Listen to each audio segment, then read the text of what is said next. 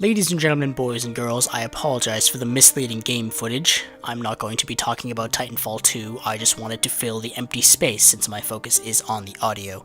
Please enjoy. When Yoko Taro took the stage at Square Enix's E3 2015 press conference and showed off that mystical, ominous trailer, I was ecstatic. I couldn't believe that there was a new game in the Drakengard franchise. After all, NieR sold poorly and received mixed reception from critics. As the names showed up on screen one by one, chills started to run down my spine. The serene artwork, the song of the ancient-sounding theme, 2B's mechanical eyes clicking enraptured me further and further. And to top it all off, Platinum Games would be developing the combat. It was the definition of a dream team, a collection of minds that could not go astray. A year and a half later, I've kept up with news, trailers, reveals, and gameplay. Even the story trailers when I normally shy away from spoilers. Every piece of information about NieR Automata I gladly consumed. The announcement that it would be coming to Steam took me by surprise, but after some thought it made sense. Japanese publishers have been embracing the Western PC market for the better part of 2016, so it would be detrimental of Square to not release it there. Still, the excitement and the fervor swirled within me as I read page after page of NeoGAF reactions. Then, at PlayStation Experience 2016, they announced a definite release date for the PS4 version, along with a black box limited collector's edition, exclusive to the Square Enix store and going for $190 US, which is about 320 Canadian dollars after shipping. The contents were astounding, but it didn't look like there was a PC version in sight. Regardless, I seriously considered dropping the money for it. And Square Enix knew what I was thinking. In fact, they know the NieR fanbase is dedicated, no matter how small it is. A small, tight community is more powerful a force than a massive fanbase. I saw people who were willing to buy the black box, sell the PS4 version, and buy a Steam key. I saw people who were already pre-ordering despite the release being months away. Never mind the exorbitant shipping and customs and tax. They had to have the black box in their hands. That's when I started thinking about the subject of this video. Hype. Hype drives us all whether we like it or not.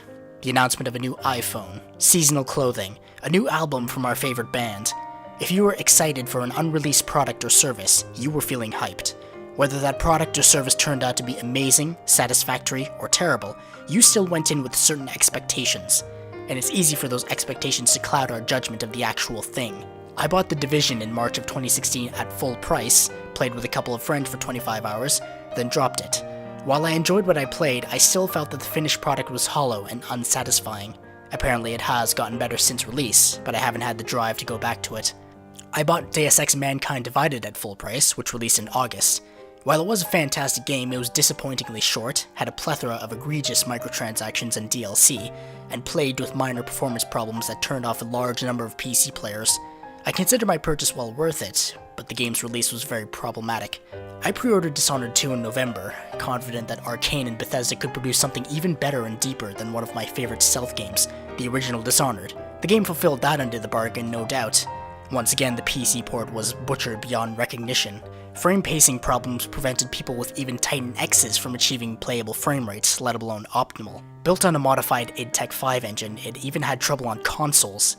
Not even the PS4 Pro could hold a stable frame rate. Nevertheless, I toughed through it and completed the game anyway. I had a blast. It's a fantastically designed game, and I find it extremely disappointing that Bethesda chose to release it in such a state. Thankfully, post-release support has been quite good, with consistent patches coming out. Moving on, I know I've been ranting about PC performance and PC ports and all that, but the main issue here is pre-ordering and giving into hype. If these game releases were polished and produced satisfactory performance, I wouldn't be talking about them here. I also had no doubt that NieR Automata would be an amazing game, but slowly I've been getting more doubtful. Cynicism and skepticism have seeped into me, and I'm kind of glad they did.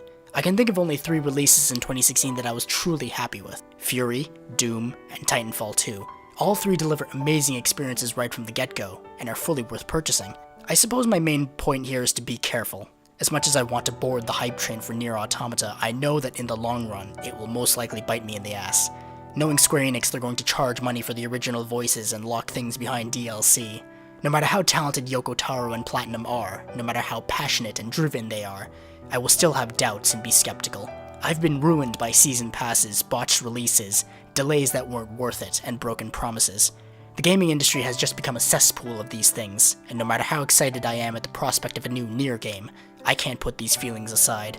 Nothing is perfect, I know. I should be thankful that this game is even happening, and I fully intend to buy it when it comes out.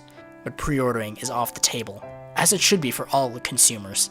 I just think that dropping $60 US, let alone $190 on something before you know you will like it, before you know the full extent of what you're getting, before you know you will enjoy it, is idiotic in the current climate.